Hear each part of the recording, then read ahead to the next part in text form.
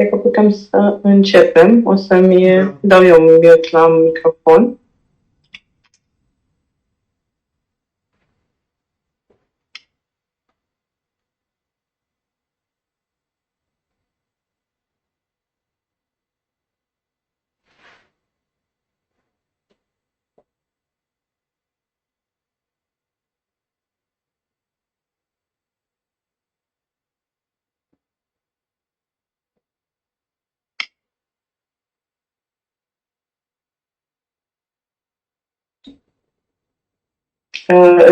Încep eu sau pornești tu?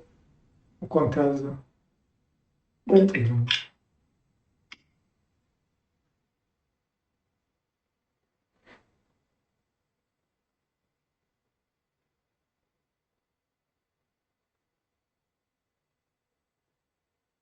Recording in progress.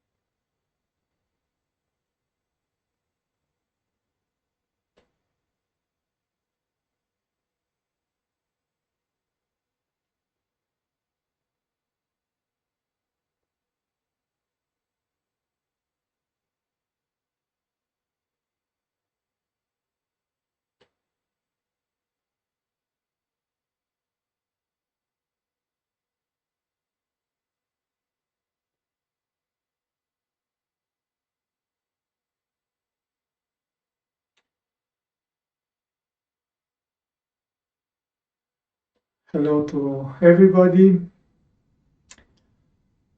So at some point, Julia will promote you to panelists so that you can open your webcam so we can see each other. Sure, if you don't want to open your webcam, it's not a problem, but for me it's a little hard to see somebody and not to just speak with the void. And also you can see that the session is recorded and you will receive a link to this recording and to every recording of the classes, so you can in this way see the lessons and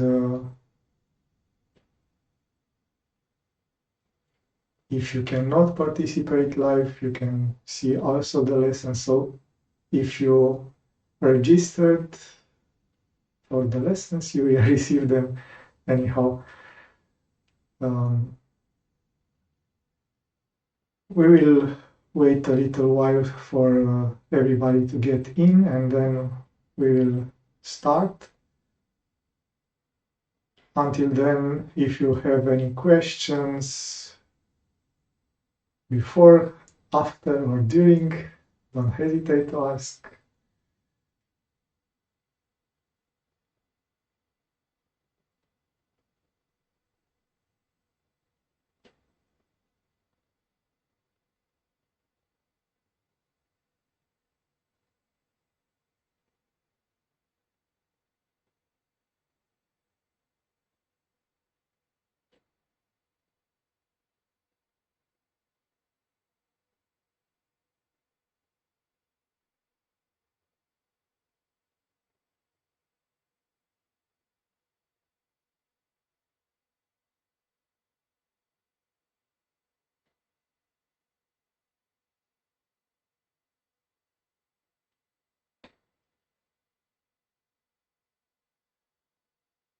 So I think we can start.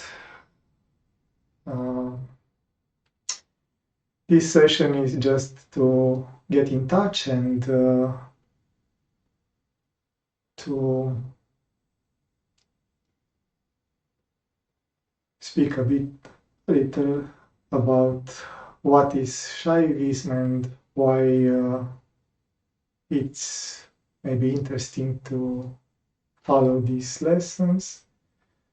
I think most of you already know a little about it from the internet, from the books. But I think most of you don't know nothing about me, so I will start introducing myself. My name is Sebastian, and I am from Romania, from Brașov. It's a little town in the mountains in Romania, and here we have a little center, yoga center. I think the first Hridaya center, we can brag about it, even if it's small. It's the first place where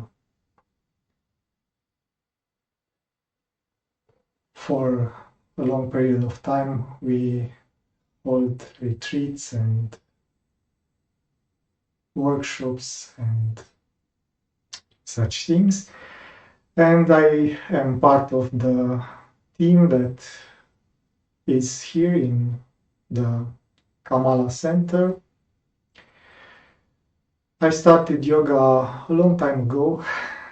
I was 16 years old, and I started with Simona and then with Sahaja. And for sure, I was intrigued by them because it was very interesting to see a very unusual combination between a love for beauty and poetry and music, and in the same time this spirituality that manifested in a very scholastic way. And for sure, then I learned that a part of this is owed to this Shaiva way. The Shaivism, it's interesting because it's a tantric way, and yes, in the West, Tantra has a bit of bad name or a strange name because for a long time was associated with sexuality, sacred sexuality, but nevertheless sexuality, and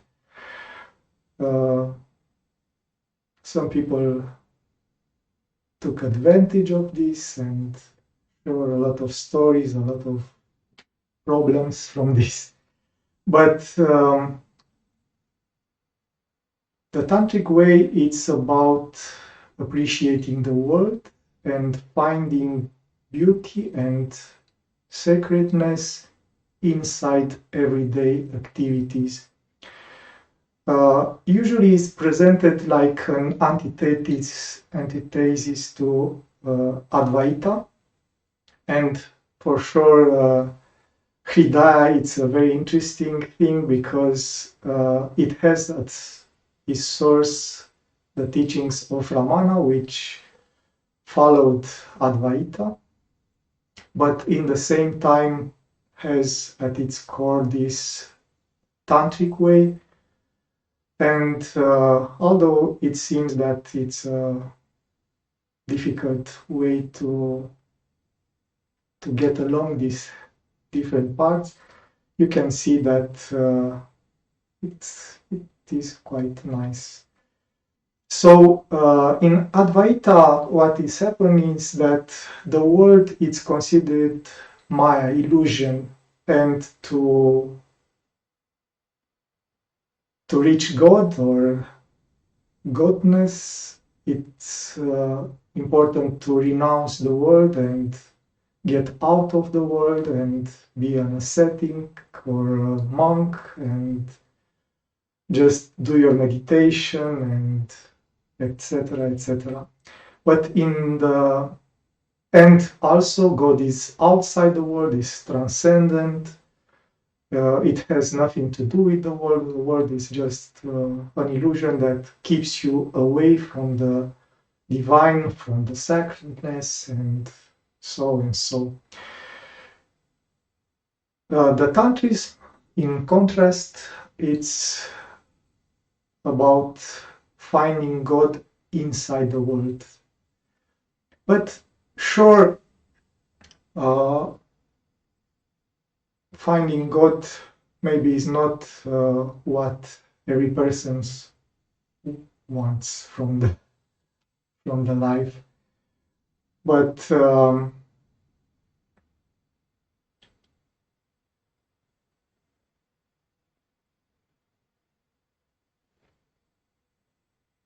I don't know, someone wrote something, but in German, I'll switch.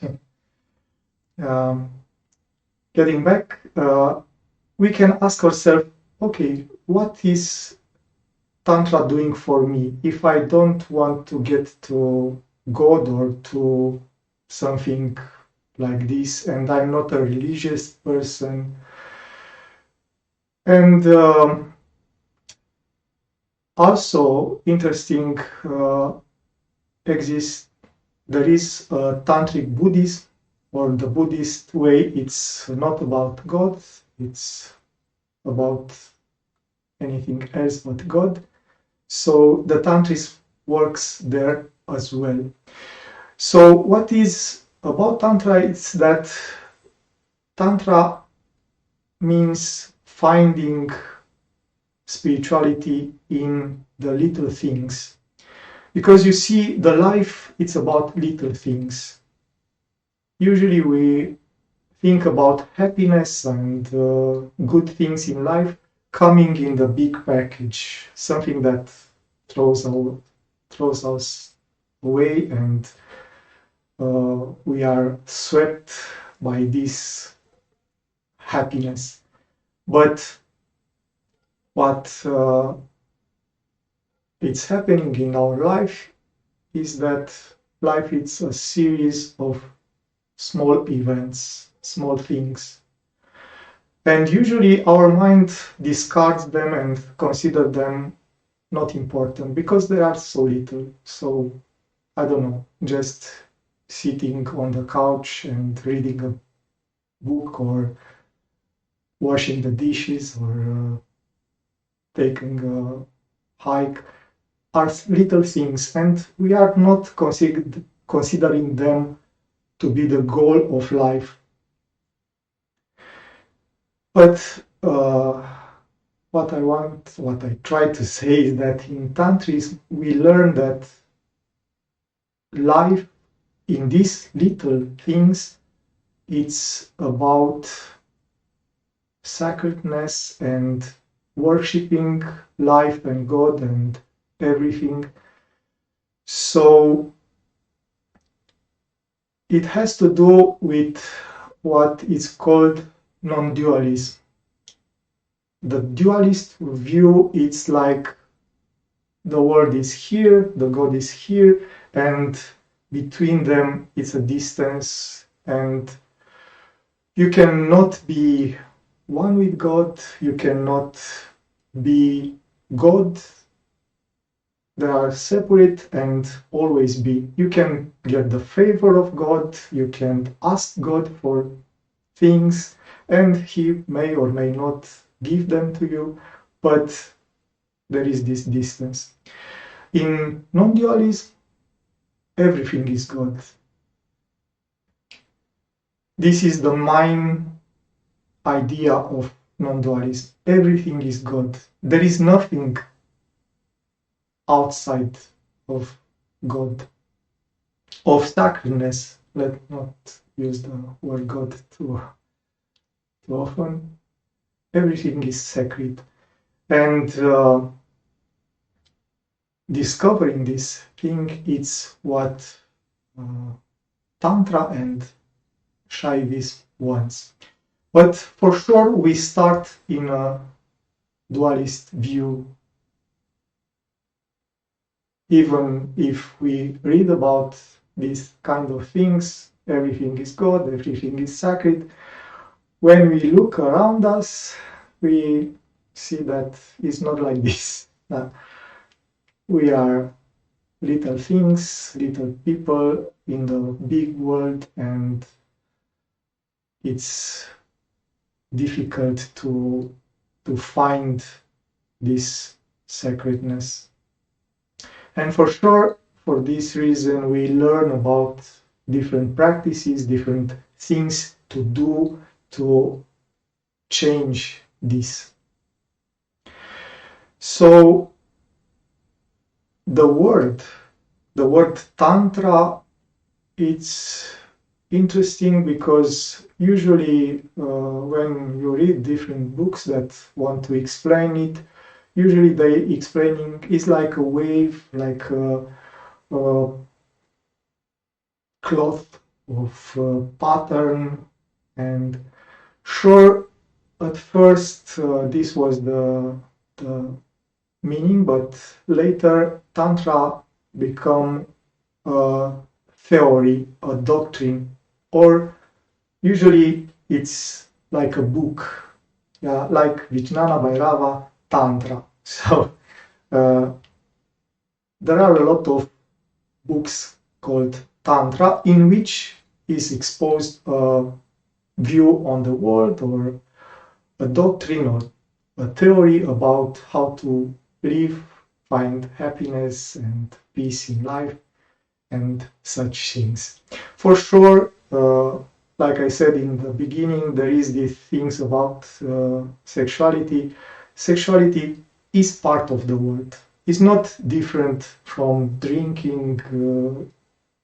Sure, is different, but not that different from doing the things usually you do in life. So for this reason, is integrated in the practices of Tantra. Like everything you do, it can be sacred, and sure, sexuality it's a part of this, but it's not the main focus or the only focus. It's what I'm trying to say. So in Shaivist tantras, like Vijnana Bhairava that already mentioned, from 112 methods of meditation, only 2 had to do with sexuality, and just in the way that if you are aware in a moment when you make love, you can find something special, you can get that non-duality. And the second sutra is just about if you don't make love, simply remembering that you made love at some point can help you get non-duality. So you see that it's about like very few things in this way. So how will this course will be? This is just an introduction, so it doesn't have a very structured thing. When we start the classes next week, we will treat various subjects and in detail. The structure will be like we will have some theory. You already seen on the presentation about what subjects we will touch. They are like classical Shaivit things, and they are in need of explaining so that we are clear about what we will do and practice. And after this theory thing, which will be around 3/4 or half an hour, we will present a practice and then we will practice it. So the practice will be around, I don't know, maybe more than half an hour, less than an hour, around that point. which will be usually a kind of meditation. For this reason, we mentioned that these kind of classes are for those people that already love to meditate and practice meditation, because it's about going deeper in our practice. It's not about learning now the way to meditate. But if you are new to this, the practices are not that hard, but sure, they are more accessible for those who have experience in the meditative practice. Not the first lesson, but the second lesson, we will learn about a way of using meditation to understand different things. It's called bhavana, and it's a very important practice, and it's not something new. Don't worry about it. It's maybe a new way to look at meditation, to put it that way. For sure, understanding this practice will help the Hridaya meditation, but all kinds of meditative practices. So, sure, in the first lesson, we will learn also, we will practice more than learn meditation, but from the second lesson, we will get to the heart of Shaivism practice and the way in which it helps us to deepen our Hridaya meditation, because I think most of you, if not all, are already Hridaya practitioners. If you are not, also please write to me and I will try to explain about it, so you are not very lost in this. So this is the way that things will go. Also, there will be a lot of Sanskrit words. I will try to write them on the screen somewhere, such so that my pronunciation will not be an impediment in learning that words. And we will use these Sanskrit words alongside their translation, because usually they are not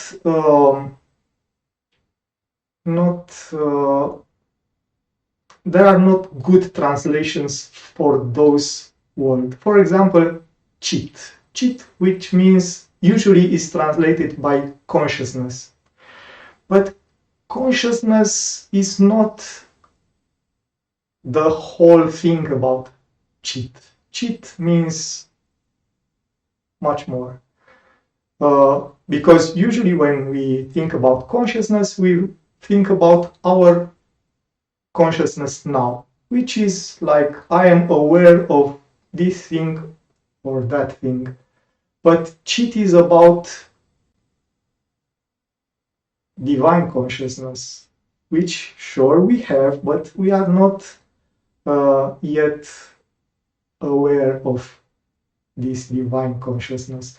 And also it's not just divine consciousness, because just putting an adjective next to chit is next to consciousness, not change the way we look about this. So we will use chit, and sure we say consciousness chit, so that we know that even if we refer of this chit as consciousness or divine consciousness or cosmic consciousness, it's about that thing that it's called in Sanskrit chit.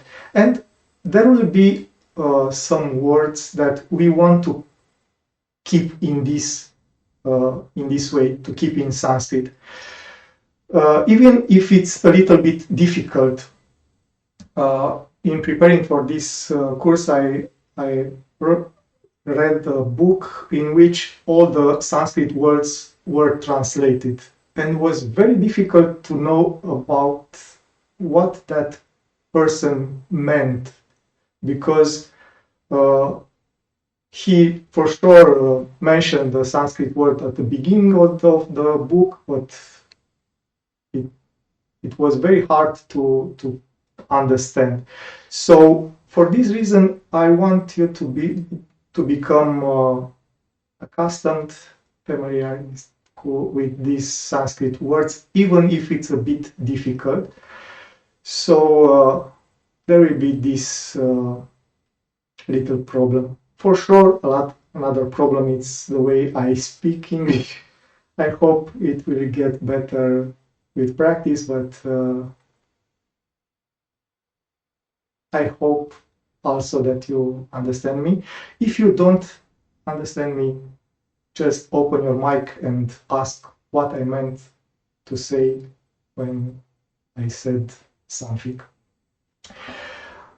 Now, getting back to what Shaivism is and Tantra is. So the Shaivism gets its name from Shiva. Shiva, sure, it's a dualistic word. Dualistic in the sense that for most of the people, it represents a deity, a god, part of the trinity of Hinduism, in which there is Brahma, which creates the world, there is Vishnu, which maintains the world, and it's Shiva, who in a way destroys the world, but more accurately gets the world back in the differentiation of the beginning.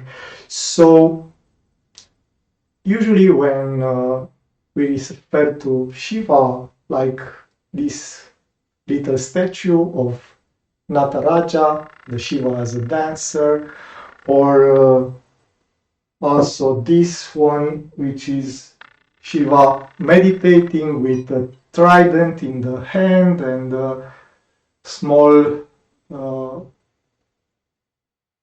drum in the other hand. Usually those are like dualistic views, Shiva as a person. And at first it helped us to create a relationship with this concept, because Shiva is not, for sure, is not a person, is not a human with 4 hands dancing on a demon of forgetfulness. For sure, is not. But it's easier for our mind to create this kind of relationship with this concept. But in Shaivism, Shiva is this consciousness, supreme, absolute consciousness, which is in a relationship with Shakti, with energy.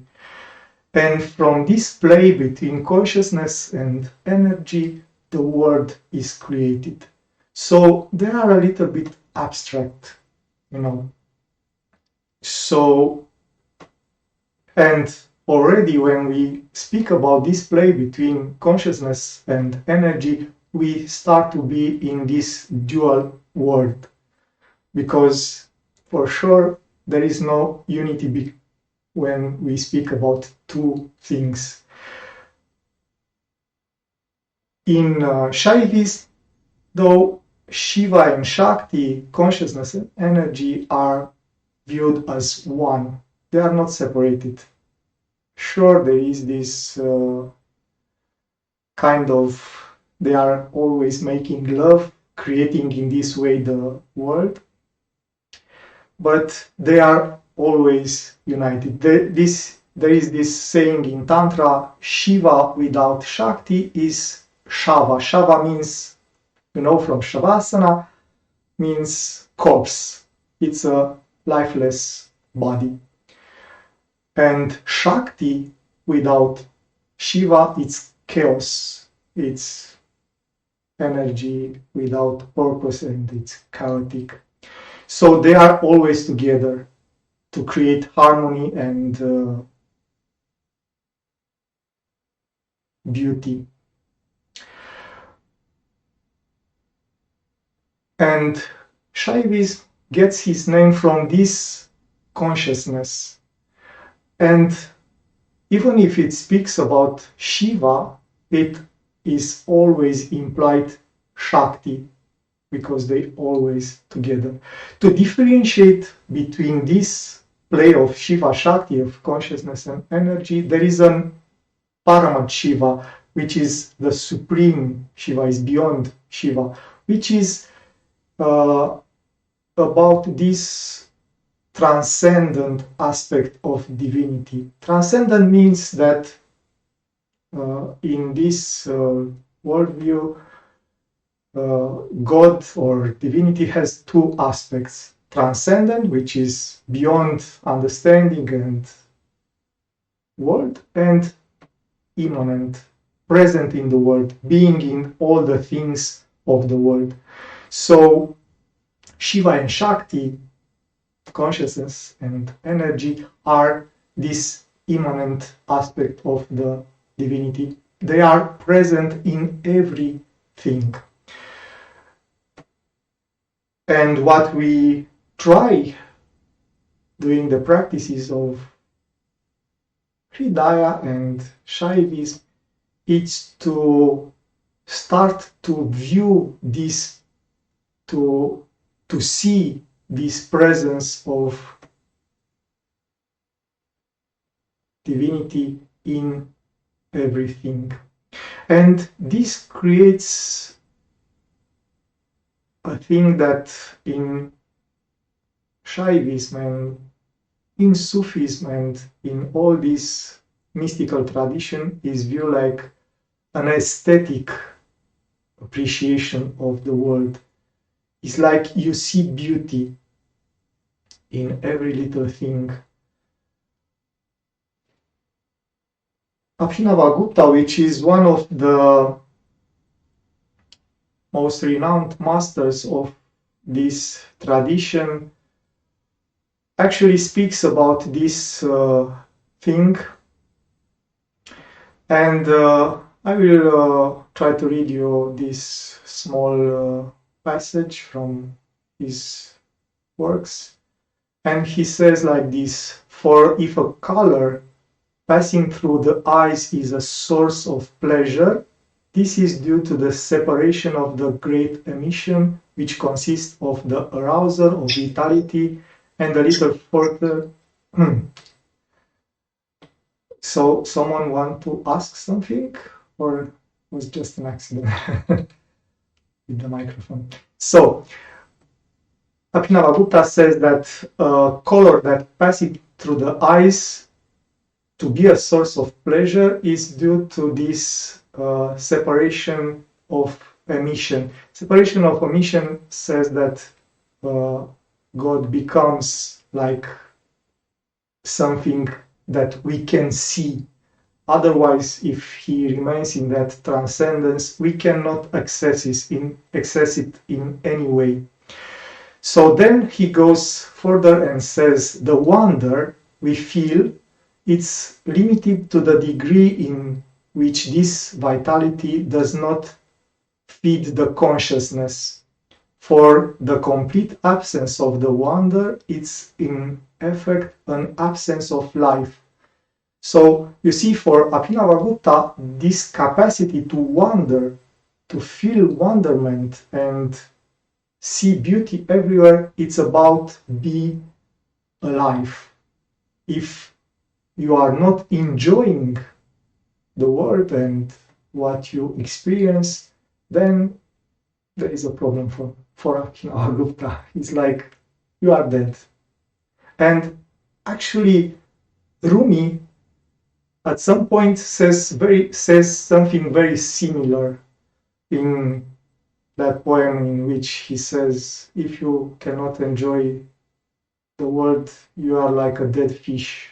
Why are you like a dead fish in this wondrous sea of the world? So, and Abhinavagupta continues his saying after he says that the complete absence of wonder is an absence of life.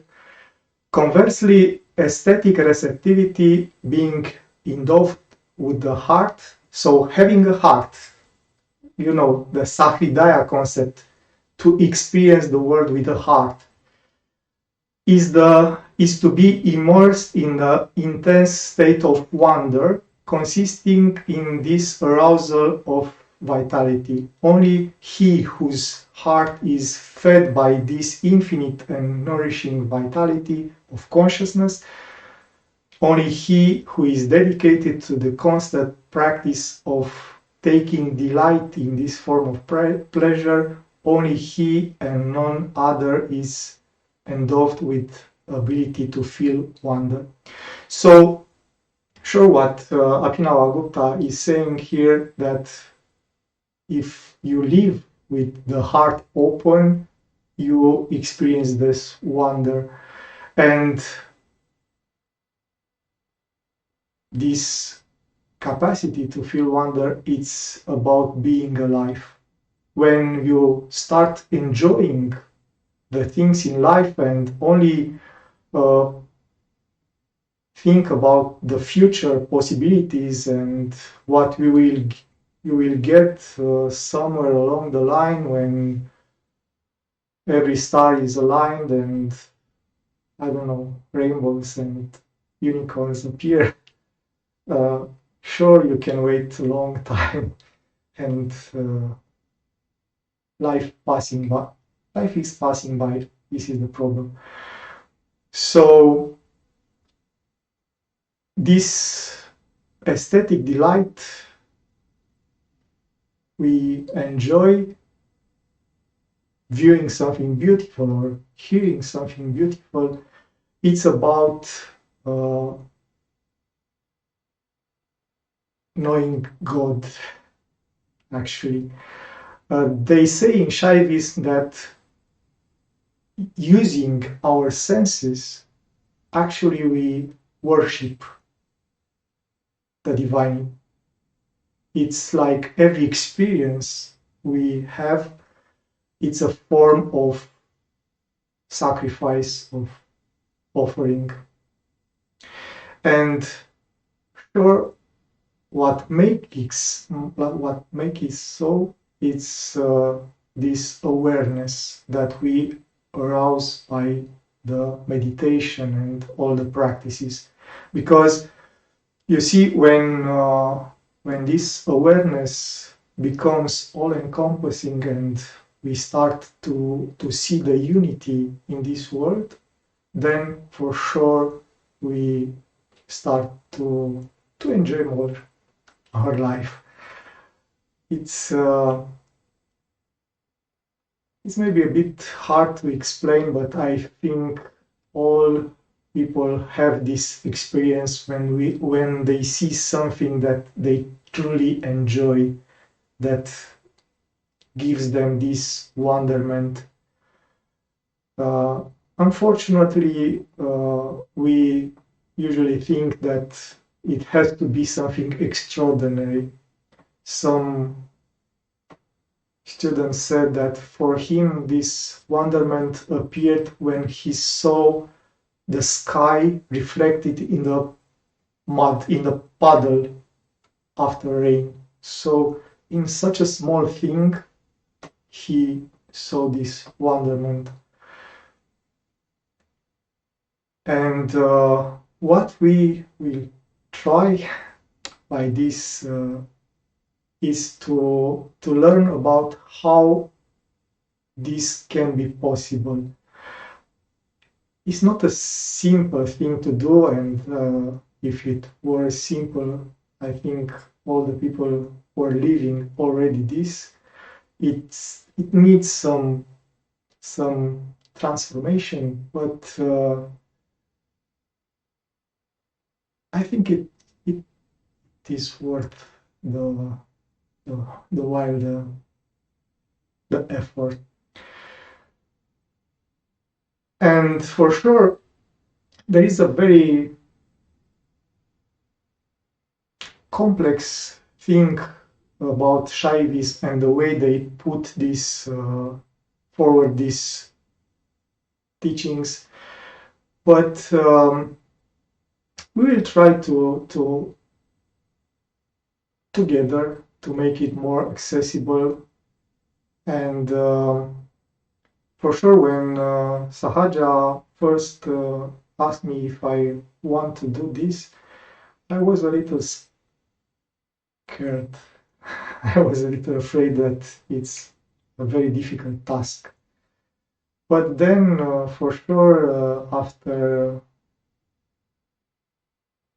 getting in touch with this willingness to share this love for Shaivism, I started to be more excited and happy about what will be coming. It's hard in this introduction not to get into the heart of the matter and just wait to get step by step everything. Because for example, I want to get in the differentiation between different ways of Shaivism, and for sure, every time we speak about spiritual tradition, we have this impression that it's a very, very clear thing and straight. Like, think all of you, when you first learned about yoga, you had that impression that yoga it's a very clear thing and everybody on this world practice yoga, the same thing. But then you saw that there is that kind of yoga, that kind of yoga, that kind of yoga suits you, that kind of yoga not so much, and you started to see these differences. The same thing about Tantric way. There is Shaiva Tantra, there is Vishnu Tantra, there is Buddhist Tantra, there's a lot of things called Tantra, although they all have this enjoyment of the world and using the world to advance in spirituality.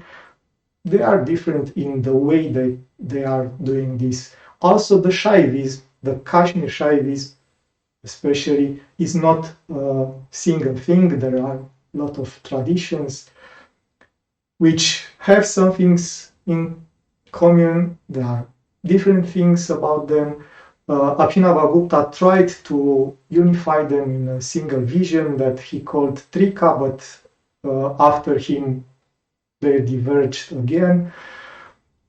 We will not try to explain everything because, of course, it's very difficult, if not impossible, but we will try to see what is of use for us in what we already do in Hridaya and our kind of meditation. And I think this is the thing that Shaivism brings and is different from other tradition, this kind of understanding and practice together. They called it Paurucha Jnana and Bauddha Jnana. So Paurusha is the practice knowledge. I practice, and by practicing I learn, I get experience and know how to do things, but also it's important to have this theory covered, to understand what I experience. And it's the same in Buddhism and in all tradition. There is now something like a lot of people think that practice alone is enough, and if they really practice and practice and practice, it's enough. They will get all the knowledge that they need. And sure, it's not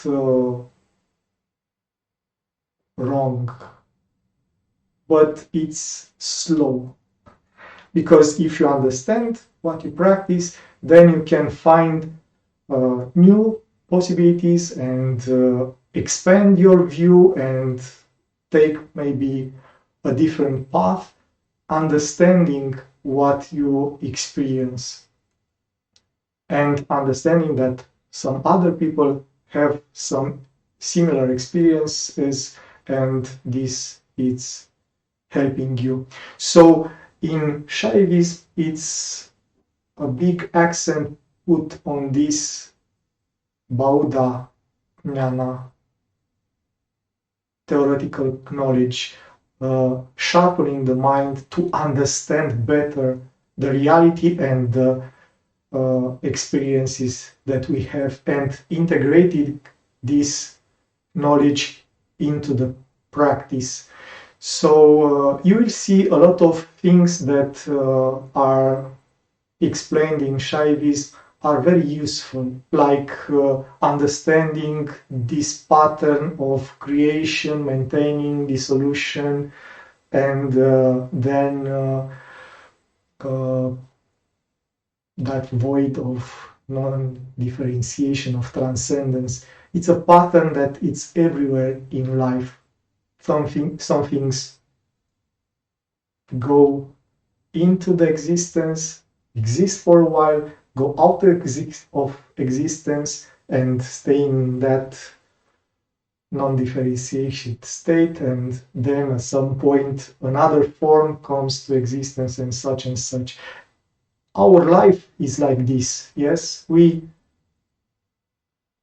come into existence when we wake up in the morning, exist for a while in this world, during the day do our business, and then in the night we go in that undifferentiated state of deep sleep, or hopefully deep sleep and some dreams, and we start all over again in the morning. This in Shaivism is called the 5 actions of Shiva. Sure, we spoke about 4, but in Shaivism they speak about creation, maintaining, dissolution, and then there is hiding, obscuration, or the mystery, and then revelation, the grace. So Shiva does these things every time, and understanding this way can help our practice. You know, as little as practicing Hatha Yoga, it's like this practice in which we prepare for doing an asana. In Hridaya, I speak about Hridaya because we practice in this way. We prepare for the practice, and in that moment, what we will be, it's hidden. We know that we will do an asana, but we don't know exactly what the experience will be. So then there is this phase in which we get into the asana, and in Hridaya we do this in a very aware way, in very conscious way, slowly getting to the posture, to the asana. And this is the creation phase. We create the asana. Asana is not just bending our body in various ways, but it's a creation of an experience. So we get to that experience, getting our body prepared and ready, and bending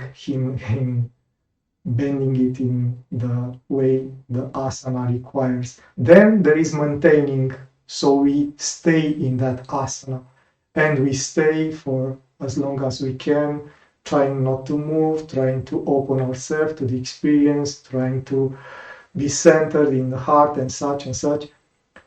And then, for sure, we have to get back, and this resorption phase in which we get back to the neutrality of the first pose, and we try to be aware of the experience and such and such. And then there is that phase of awareness. We don't go immediately to the next pose, but we have this phase of awareness in which we have this revelation of the effects of this pose. So you see, in our practice, we have this creation, maintaining, resorption, and hiding and revealing of things.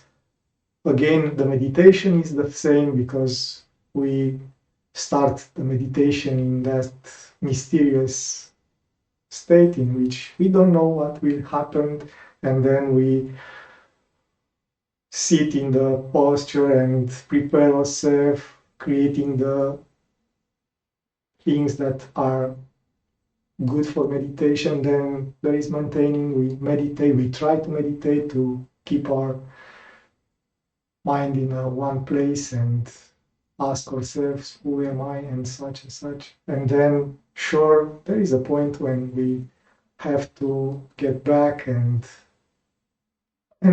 you see, the life is like this. And this is one of the examples. Sure, we will discuss this in a class for itself, but just to understand how the things are connected. And now, if you have questions, like I said, this is not a structured lesson, it's just to get acquainted and know each other and see what are your interests, and maybe change some things about what we will learn if you want something specific. So I think if you want to ask the question, just open your mic.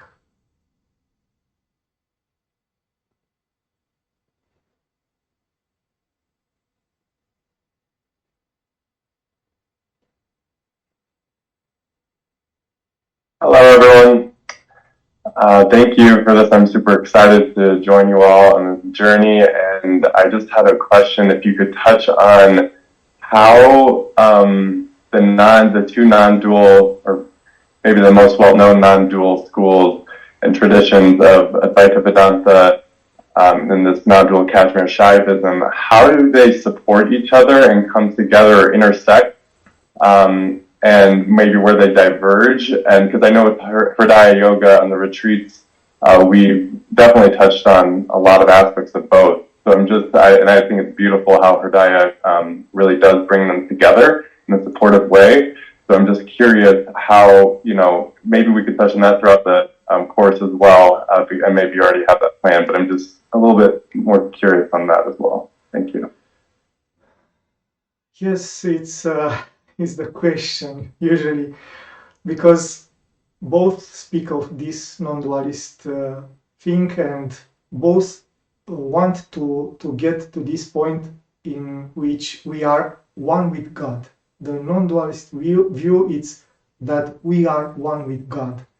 The difference, and I want to understand that the Shaivis and the Advaita want the same thing, to be one with God. But the difference, and sure, this one with God implies that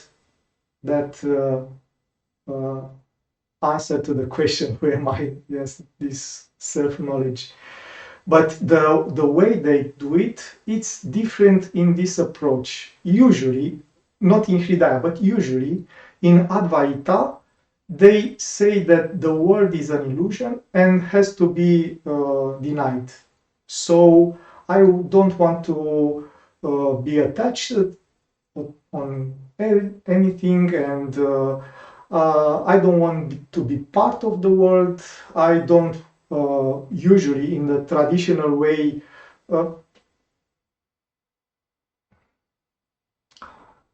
how do I say this without, usually it's this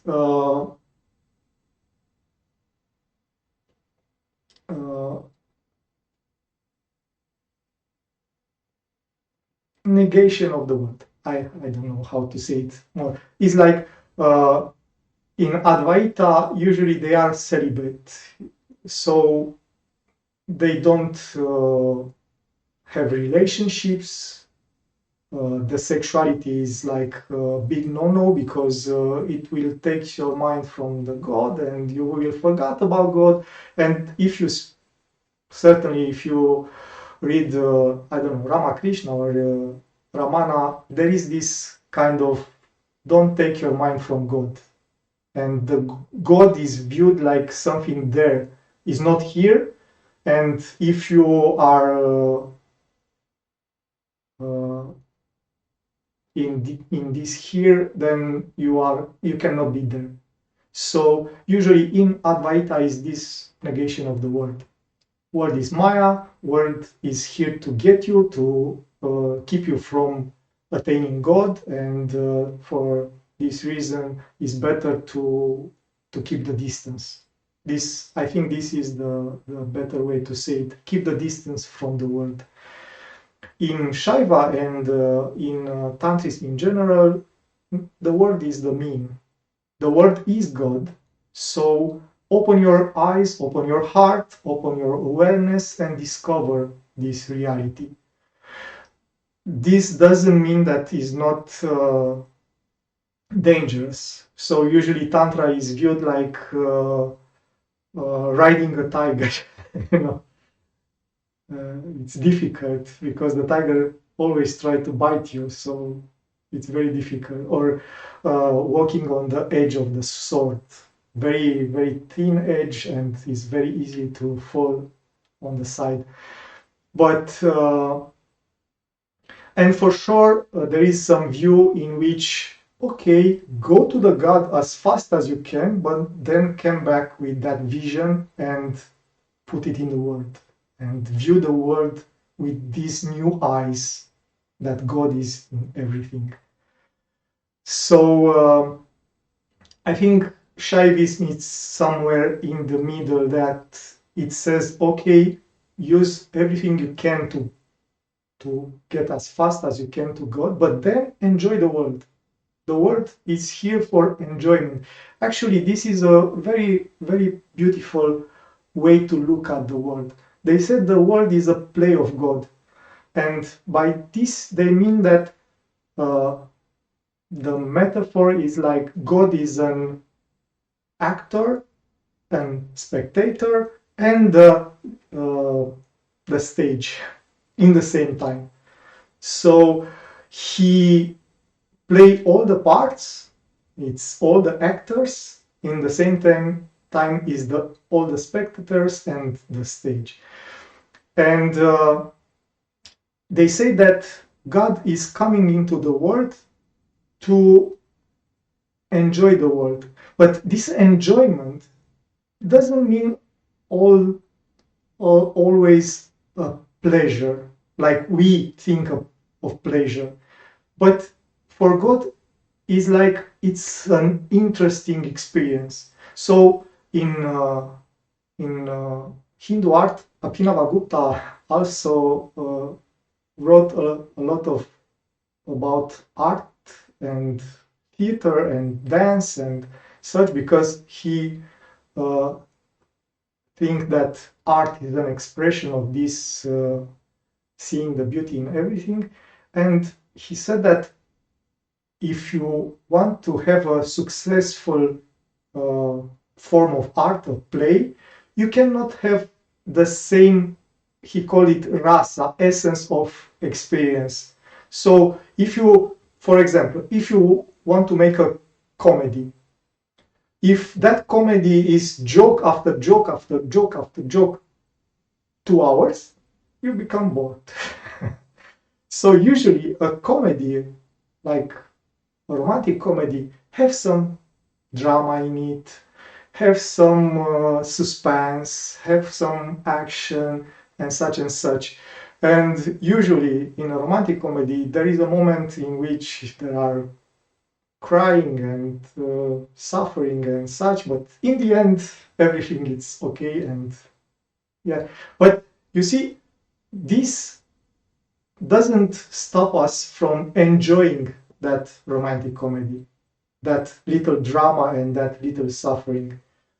So what the Tantra and Shaiva says that is that if you uh, look from the God perspective, every experience is interesting, even if it means that you are suffering.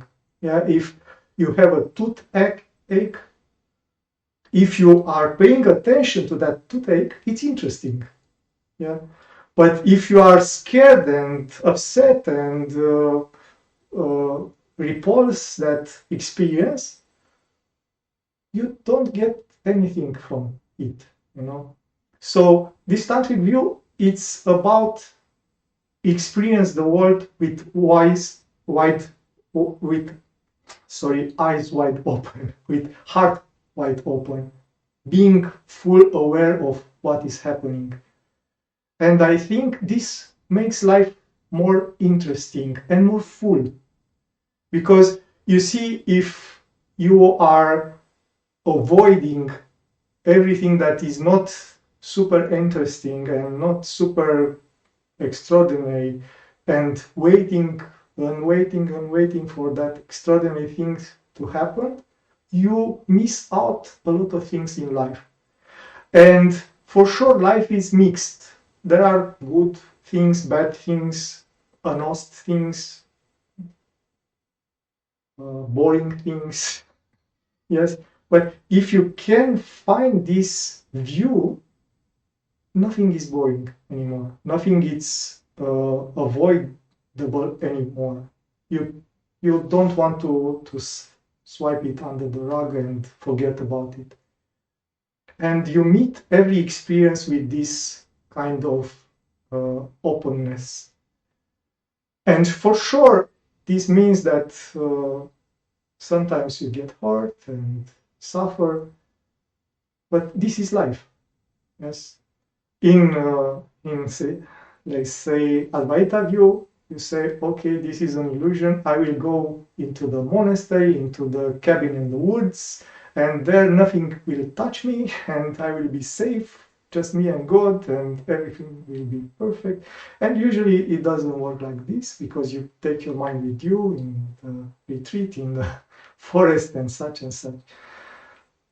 But yes, you can try that and try that and see what is working for you, because both of them are valid. Yes, I don't want to say that you have to choose between them, and Hridaya, it's a good example that you don't have to choose. You can do both. You can go to a retreat in which you keep your distance from the world and experience things and get in touch with your heart and with your higher self and such, and then go back to the world and experience the world and try to bring that openness and heartfulness to the world and see what's happened. And if it doesn't work, go back to it and such and such.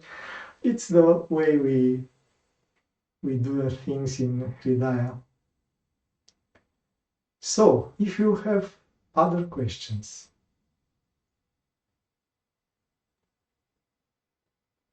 And I want to stress this. The questions you can ask at any point, because for sure some things may be a little bit difficult to understand, and if you wait until the end, maybe you will forget about the questions, or you think that the question was already answered but is not, because you see, when you have this dialogue, it's easier to understand the subject in comparison with you just listened from start to finish. And yes, I hope that we can have a dialogue and not just a monologue every time, because you will see it will be much easier to understand. We don't have to uh, get all the theory in or all the practice in. It's more important to make this understanding, and for sure it doesn't help you, it helps other also me to clarify the things and put them in perspective. So this is not just for today, for every lessons that we will be together. For this reason, I try to have you in view and have this option to just open your mic and speak, not just to wave your hand and wait for someone to give you access and such. For sure, there will be some chaos at some point when 2 or 3 will open the mic, but I think we can manage this. Maybe I would have a question that Yes, no one else wants please. to ask. Hello, Michaela here. Thank you very much for this opportunity. And I wanted to ask that you were mentioning that everybody here probably knows how you are meditating in your school, but I'm very new. This is probably my first touch with your school. Can you maybe talk a little bit more about it, or do you think I should have any experience prior? Yes. Or you are new to Hridaya or to Kamala? And to Hridaya. To Hridaya, you are new to Hridaya. Yeah. Okay. Yes. Hridaya, it's the word Hridaya. Actually, we borrowed from Shaivism when we named the school, when Sahaja named the school. It means the heart, not the physical heart, but the spiritual heart. So we combined our experiences. Each of us had like more than 30 years of yoga practice and experiences. So each of us 30 years, some more, some less, but each of us. And we combine this experience to to get to this idea of Hridaya, which at the core of it is that the most important thing, spiritual thing, and regardless of your chosen way, it's this: know yourself, know who you are, who you really are. And when I say who you really are, it's because usually when we are asked who are you, we are tend to answer with a name, a function, a relation, but that is not who we really are. So this question, who am I, it's at the core of this practice. And for sure is not a question that we ask with our mind. It's not like a question who has an answer. This is the paradox of Hridaya, because there is no answer to this question. The answer to the question is existence itself. So what we try to find out asking this question is, what is the nature of existence? What it means to be alive, to exist in this world or in all the worlds. So all the practices that we do are centered around this, finding the answer to this fundamental question. And for sure there are various methods, and most frequent, usual one, it's this kind of retreats that Sahaja and other teachers are doing, in which we spend our time asking and trying to answer this question, who am I? And for sure, there is a whole thing about this question, why it's important for us, even if we don't have anything about spirituality, why it's important for us as a person, because it has to do with happiness, enjoying life, living a more full life. And for this reason, it's important for us to find this answer. And this Shaivism, it's another way to ask and answer this question. I hope this helps.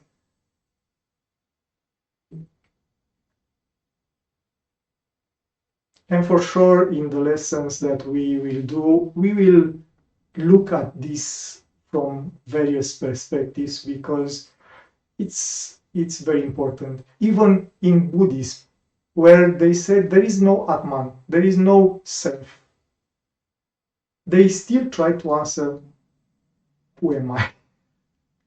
Yes, and it's important.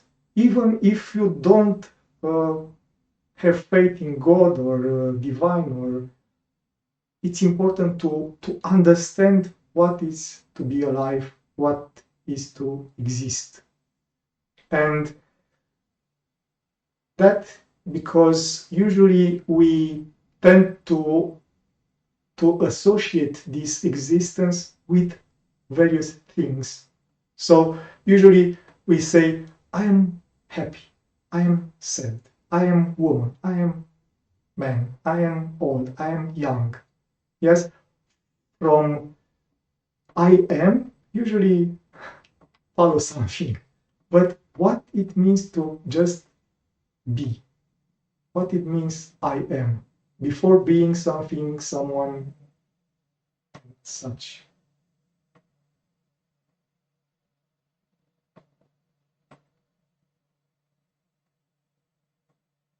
So, any more questions? This is the hard part every time to find the questions.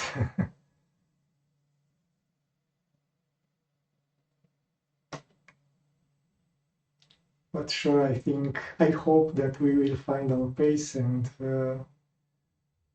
we will not be afraid to just ask anything that crosses your mind, because again, the dialogue is more efficient than the monologue. And I think you already seen that. And to get back to Tantrism and Tantra, a lot of these tantric texts are a dialogue. Usually someone asks, depends on the category of the text. It's Shakti asking Shiva, or it's Shiva asking Shakti, but the texts usually are a dialogue and question and answer. And a lot of spiritual texts, especially in India and in Orient, have this structure, because usually they were like this. Someone asks something and someone tried to find an answer, and sure, a lot of time the answer and the question are together.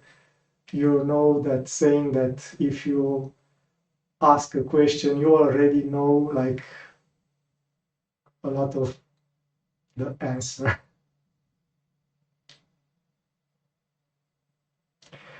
So I will not try to to get some question from you this time, and we will see each other the next time, next week, and there will be some changings in the way that we presented that order, because like I said, the next week for sure will be that introduction with various school of Shaivism, what means Shaivism, what means Trika, and such, and there will be a practice that is specific to Shaivism and is borrowed in Hridaya. You will see. But the next week will be that bhavana, which will get in front of the tattvas and that lessons. And I think there will be small changes because we will see what is necessary to be first and to get a nice way. When I thought about it, I just wanted to get it all at once, but it's not possible. There is this need to arrange them in an order, and this order is subject to change. So please don't be upset that we are not following that exact order. This thing about bhavana become more obvious after we get that order. So this is the first change, and for sure maybe there will be some others, but I hope we will pass them together very well. So if there are no other questions, I wish you I hope for all of you, for most of you, a good night. For others, maybe a good day, and see you again, hopefully next time. Right, Sebastian. Thank you for this opportunity. Thank you. Thank you. Thank you. Thank you. Thank Namaste. Thank you you so much. here. Thank you. Have a nice evening.